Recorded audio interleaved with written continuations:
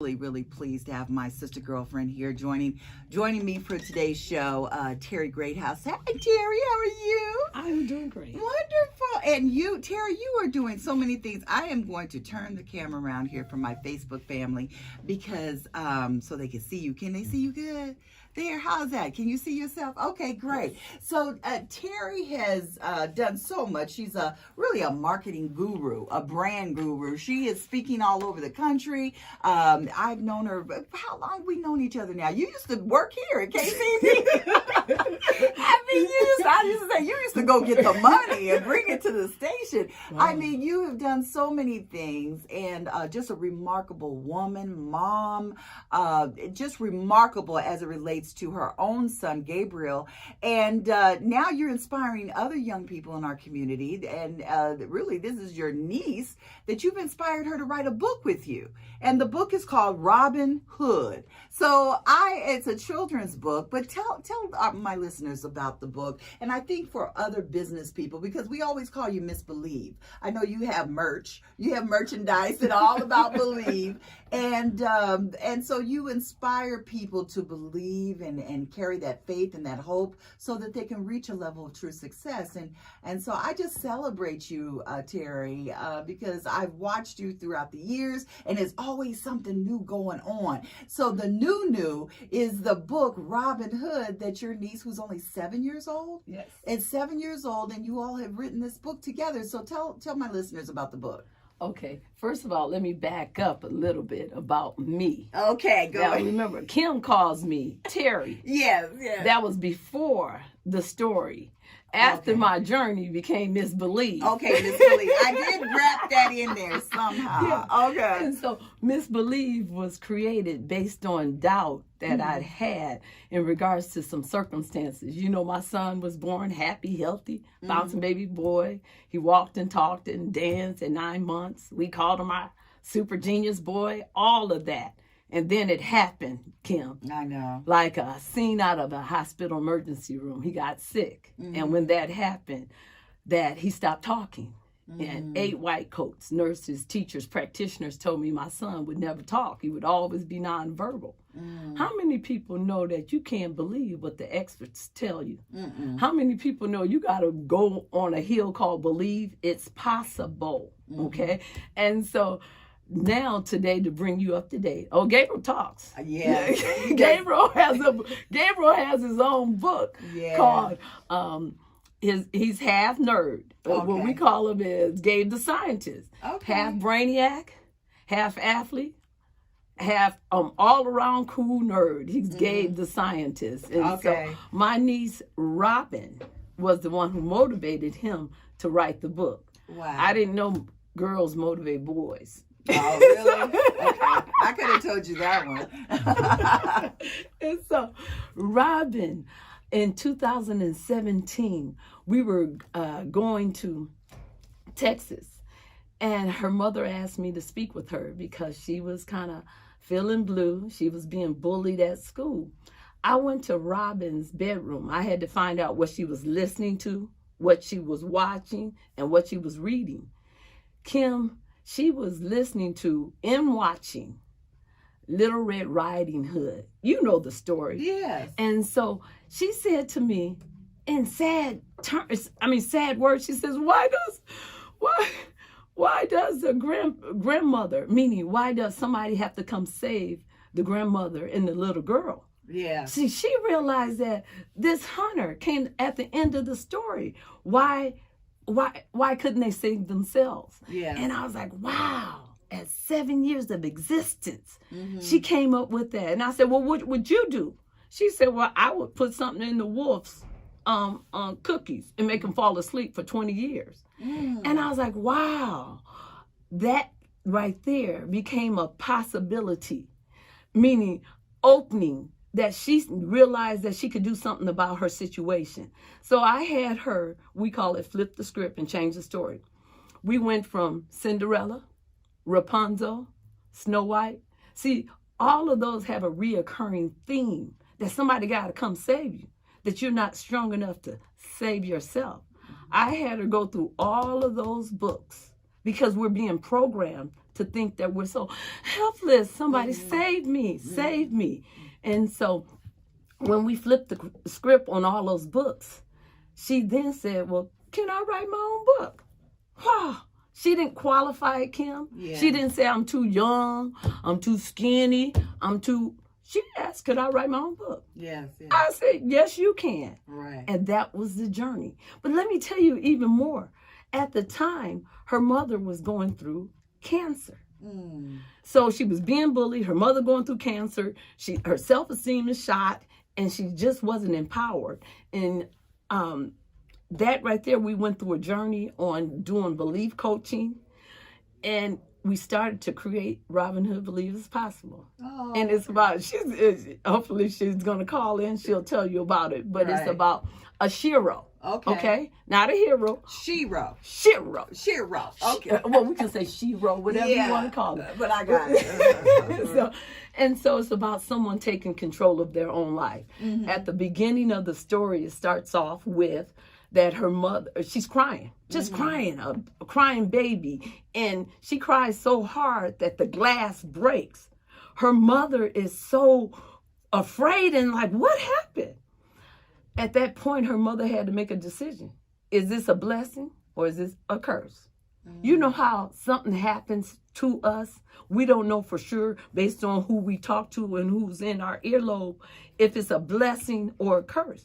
Well, her mother decided to take it as a blessing, and she decided to cultivate little Robin into every time she was getting angry and cry and break the window, she'll automatically sing to her. So Robin starts to develop the love of singing to soothe her. And so when she does that, she starts to cultivate the gift in her. So the first thing is that she developed the gift inside of her, cultivating. The second thing she did was when she went to school, she found out that everybody may not like your gift, Kim. Yeah. You know, you got plenty of gifts and tools, okay? You think that everybody, yeah. Oh, no. I know it's a lonely road, but I embrace it. You know, I love a statement I saw on Facebook, and they were saying, have the courage to be disliked. Yes. And really, it's unfortunate. It's really important because I'm really surprised. Like when I see a sister like Terri, and Terri's like, Kim, you go, girl. We cheering each other on. You do that. You know, that's like, wow. I mean, it's sad. And this is my home, Las Vegas. I grew up here, but very few people really, really sincerely, with authentic spirit, you know, want to see you win and want to see you do good. And that's understandable because I understand really the compass of who we are as a culture, what has detained us, what make, you know, gives us power, what doesn't give us power. And some people really feel something that they can't grasp. So they resort to the natural emotion of jealousy or just not being secure within themselves. So I understand that. But at the same time, it's just great to see the opposite, you know, come into light. And Terri, you've been that. But the book is just so good. It's called Robin Hood. Again, that's what we're talking about. And we're talking to Terri Greathouse, who's written this book with her niece, Robin Fleming. And she's only 7 years old. And really, it's just I would define it from just a clear description. It's a self-empowerment book. Not only for children, but I think even if the parent is reading it to the child, it's somewhat empowering to them. Absolutely. Yeah. You know, the most important thing that came out of this book, what? It opened up doors. Robin is 9 now. Let me tell you, prior to the book, she was a shy girl being bullied. Right. After book, 1 year, Robin has been on stage. She's done conferences. She won the Google Entrepreneurship Award. She's toured around the country here in Vegas. And wow, she had the opportunity last summer to be participating and performing at the Smith Center. Okay. So it opened up doors for her. And I just believe that this is the new gateway for our kids here in the Valley. Right. That, you know, and my girlfriend, Miss Jill, said, look, don't mention about the negativity, what's going on with the school system. She said, why don't you focus on the positive? And that's true. That is true. But you know what? When you see so many people saying that you're last in every category, what do you do as a child? And I say to the parents, the caregivers, or any mother, any teacher, you know you can't, not in this lifetime, we're not going to catch up with the stagger. Right. Okay? Right. But what you can do is create another category. That's and right. so the new category is have your baby co-partner with us and write your own book. Write your own book. Write your own You story. go. And you know what? I was listening to my Morehouse brother, Big Mike. He's known on the national stage. But Big Mike he's always on social media, and he's an international speaker as well. But Big Mike was talking on the Breakfast Club, and he was talking about self-empowering our children. Not to say, oh, I'm going to go work at this job. I'm going to go.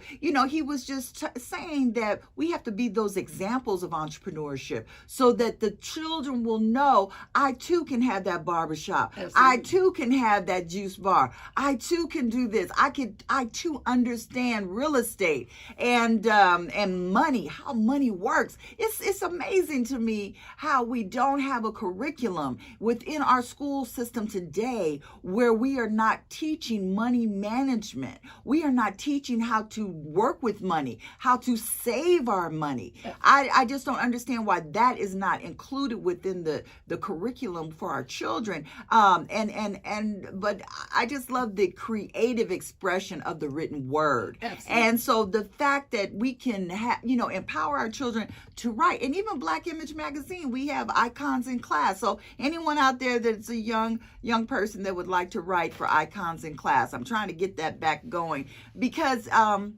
once you get published, or any child get published, they can utilize that for their portfolio to get into a college or university to say my writings have been published. And as parents, for us not to embrace everything we can that we instill into our child to make them better and grow, then boo-hoo on you if you're not doing that, because that's what we should be doing for our children.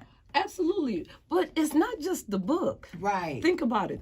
Robin has headbands. She has shirts. See, it's merchandise. Her book is on Amazon. It's just, it opens the door to possibility thinking. Right. All of a sudden, she starts saying, just being on different platforms. But think about it. We have a program called Read by 3. Write your book or your story by the age 7. And create your brand by the age of 10. So think about it. Robin began reading at the age of 3, okay? And it's so doable. She wrote a book by 7. She's creating her brand and her platform by 10. So when she become an adult, 18, if she only got 10,000 people following her, 10,000 people, and ching ching on Amazon, that's not a bad payday. That's okay? Right. Now, also, to the principles of teaching her capitalism and all of that, that works very, very well with that, and just writing her book. So I'm just saying, it's so many things that have happened. I can tell you, we went to I don't know why she's calling. Robin's calling on this phone. I know. Why is she not calling on the station? Yeah. We had an opportunity to visit one of the schools, and I would never forget it. It was during March Literacy Month, and we asked the kids, "What do you want to be?" And this little girl was raising her hand. She really wanted to get our attention. What do you want to be? What do you want? And she said, I know who I'm going to be. I'm going to be like Robin Hood. I love it. And so this is the first time what I realized is that every place we go, we went to Grace Emmanuel Church. This was a scene that after Robin gave her presentation. See, because there's something happening. See, if people can see and touch somebody who wrote a book like them, it just inspires them.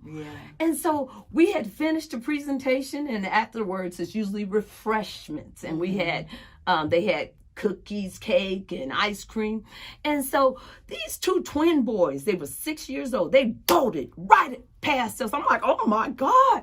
And so I'm just assuming they want to get to that sugar. They went immediately to their mama and said, Mama, buy me a book. And I was like, oh my God. Yeah. See, because they were 6 years of existence in life, and they realized that what a book can do. And when their mother bought them a book, they didn't wait until they got home. They sat on the floor, the carpet, and started looking at the pictures immediately. Their imagination started to just, wow, the dreaming. I took a picture of this because I know people wasn't going to believe this. And I realized is that we need more representation. We need more relatable relationships. See, our babies will read, okay? Right. They will, but they have to have some self-identity. The things that they're reading, they have to. My son, I didn't like science. Right. And so Gabriel had a challenge with reading.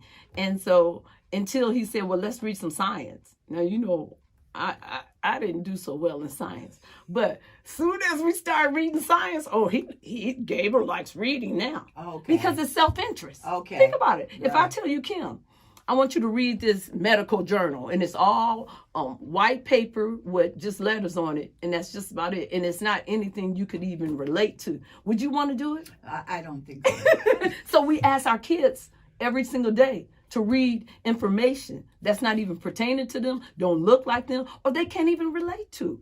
And so the solution is to create more authors. That's right. And to create your own book, your own story. Yeah. And then if you create your own story, you can grow into your own belief story, in your own belief journey. You better believe it. Okay, we have Robin Fleming, the young lady. She's now 9, and she is the author.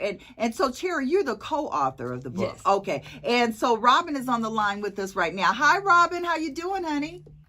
I'm doing good. How are you? Oh, I'm wonderful. Listen, I'm so honored that you're on Enterprising People, and I am so very proud of your book and all the things that you've been doing. But tell us, how was the experience in writing the book with your aunt, Terri?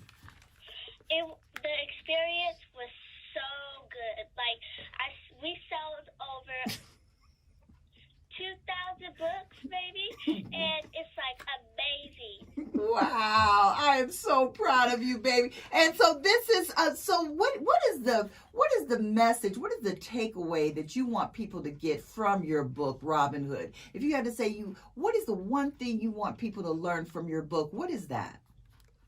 That they all have a gift and talent, and that they don't have to listen to what other people say, and that they don't have to lean on what other people say, and they could just go with their gifts and talents and be good with it, and yeah.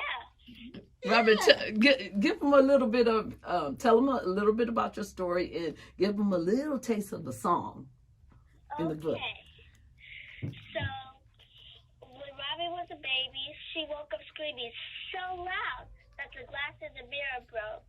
Every time when Robin screamed, her mother used to hold her tight and begin to calm her by singing her favorite lullaby. Hush, baby Robin, don't you weep. Mama will sing you back to sleep. Someday, Robin, you will see. Your voice is the power of who you will be. When Robin grew up, she started being bullied, but then she discovered her gifts and talents, and then she overcame the bully by singing to him, by singing this same exact song. Wow. Robin, you did a great job. Tell them some of the accomplishments, if you don't mind. No, Terri, go right Okay. ahead. Tell them some of the accomplishments and what is your future endeavors or goals? Well, my future goals is to become an actor, a singer, songwriter, storyteller, and a songwriter. Wow. So this is really, you have developed your own brand with your Aunt Terri to helping you, and you have really developed your own business. And what is the goal of your business? If you had to say, what is your goal? What is it that you want to achieve by owning your own business? What would that be? Well, what I want to achieve for my own business is that almost 60 kids in Las Vegas great, Robin. Well, listen, I really appreciate you being on Enterprising People. I know you're in school, so I wanted you to go back to class and keep up. But I hear you're a straight A student. And what's your school? What school do you attend? I attend Woodridge Fine Arts Magnet Academy in DeSoto, Texas. Okay. All right, Robin. Well, thank you so much again for being on Enterprising People. And we look forward to having you one day right here in the studio, okay? Yes, ma'am. I'm so honored to be calling on you on the radio station. I'm so glad. Oh, thank you. So much. Thank you, baby. You're a blessing. And thank you so much for doing and being who you are. Thank you. You're welcome. All right, babe. Oh, that is Terri. Wow. She's, oh my God. I just want to kiss her little face. I mean, my God, this is just so great. And that if we can empower our young people right here in Las Vegas to think about writing their story. You know, so often you're given paper, you're supposed to write a thesis or write a paper on something that someone else is dictating to you versus the story within you. Absolutely. Wow, what message that is. Yeah. You know what? Everybody's self-interest is their own self. Right. And just think about if you can if we help you co-write your own belief story that you can grow into, whether you publish it or not, you'll always have it. That's one of our major goals is that, you know what? Sometimes you can't be. I knew Gabriel wasn't going to be a super athlete. He wasn't going to be captain of the varsity team, basketball team. He wasn't going to be an honor student. Yeah. He wasn't going to be, he's not musically inclined. So what do you do as a mother, a teacher, when you realize that your child may not fall in all those categories, those traditional categories? Yeah. You have to create your own category. You created your own. And I remember when you were in that struggle with Gabriel, when because doctors had diagnosed him with autism, and so you don't even say the word. We don't even say it. When we look it up in the dictionary, we bypass that word, Kim. Okay. Because we had to flip the script and change the story. We had to take the label off the table. When you take the label off the table, you don't deal with circumstances that people put on you. You create your own category. Right. Because if you let somebody else label you, that means that the game is lost. That's period. right. But I got to tell you this story, Okay, Kim. go ahead. We were, Gabriel, I thought for sure, and this is about discovering your child's gifts, your child's purpose. See, your gifts is just the tools, okay? Your purpose, you got to figure it out. But you got some type of tools that you brought to the human race. Every living organism has a purpose. It's up to our kids to find out. But our grown-ups, parents around you, they know, oh, that baby. I ran into a little boy. He was like 3 years old, and he was smelling everything he was smelling. It's like, oh, that boy may be a chef. Or he may create perfume because he has the gift of scent. Whenever he walks somewhere, he smells. And so we don't think about things like that. But I thought my son was going to be the next Olympian for, black swimmer. Whoo, Kim, let me tell you, we had him in private lessons, and I just assumed that, every day he was going to do it. So, you got to test that theory. He had his first swim meet, and I was like, okay, this is good. They said, on your march, get set, go, Gabriel, go. Go, Gabriel, go. Whoo! Gabriel was swimming. Gabriel didn't come in first. Gabriel didn't come in second. Gabriel came in dead last, okay? I was like, uh-oh, we're in trouble now because we're testing this theory. And I said, wow. Yeah. I said, it was a mind-blowing for me. I just assumed that, he was going to really place. Second time, I said, Gabriel, you got a place in this. And I realized that he wasn't motivated. And I said, let me go ahead and see I'm going to go. Gabriel, those sugar cookies you like? I'm going to go. How many sugar cookies you want from McDonald's? He said, well, I want 5. I said, 5? I said, no, I'm going to give you 10. But son, you can't come in last place. he said, okay, mother. And so this is the next race. On your march, get set. Gabriel looked to the left. He looked to the right. He eyed this one boy. I said, why he paying attention to this boy? On your march, get set, go. Go, Gabriel, go. Go, Gabriel, go. It was the end of the race. Gabriel didn't come in first. Gabriel didn't come in second, but he sure didn't come in dead last. He came in second to the dead. Oh, wow. But Kim, what happened was, I just assumed that my son was going to really, really do. This was my lesson. I wanted him to be a first place swimmer. Yes. After the race, the parents came up to me and they said, you know what? Your child never, every race, he never quit. I was like, wow. I realized I had instilled in him stick-to-itness. You never quit. You never give up. Never give up. Ever. No matter the That was my question. You answered my final question because I wanted to ask you what gifts have come to you as an entrepreneur from putting and helping the younger people around you. And you just said it, that you know, never give up. Everybody's reachable, teachable, and redeemable. We never give up on our kids. Never give up. That's a wonderful close. Listen, I want to thank you, Terri Greathouse. Again, the book is now. How can people get the book? They can get it from Amazon. Okay, Robin Hood. Or you can call 702-243-8808. It's Say Robin, it again. It's Robin Hood, Believe It's Possible. And it's 702-243-8808. You can call or you can get it on Amazon. And of course, Gabe's book too. Okay, good. Thanks, Terri. Again, we want to thank, I believe it's a drive now at KCEP. So I want to encourage all the entrepreneurs and business people out there to actually make their donations to KCEP for the drive. We got to keep KCEP going strong. So make sure you give them a call and make your donation. We thank the Southern Nevada Water Authority, Power 88, KCEP, Las Vegas Black Image Magazine, and you too for being enterprising people.